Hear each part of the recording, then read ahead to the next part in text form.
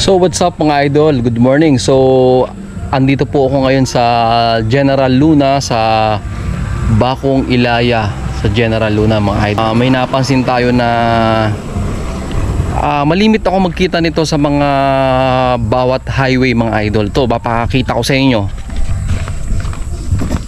So ito, bakit laging may ganito? Every 1 kilometer meron itong nakikita nyo na to. Yan. So kilometer 246.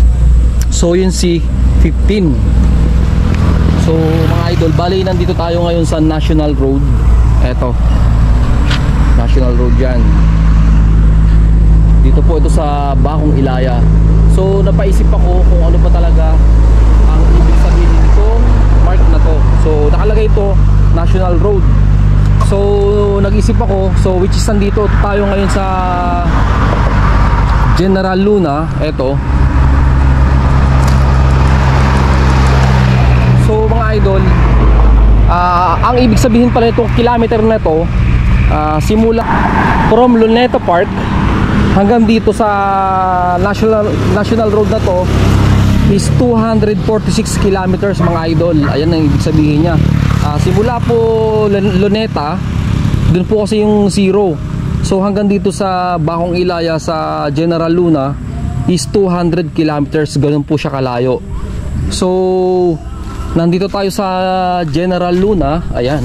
Simula dito sa Bakong Ilaya hanggang General Luna Bayan is 10 kilometers. Ayan ibig sabihin yan mga idol. So ang next po nito na bayan is Katanawan. So simula dito hanggang bayan ng Katanawan is 15 kilometers pa. Ayan pala ang ibig sabihin nitong bato na to. So ito yung marker.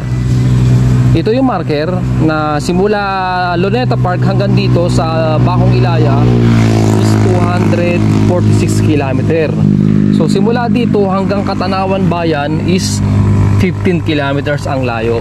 Yan. So ayan po, makikita niyo po National Road.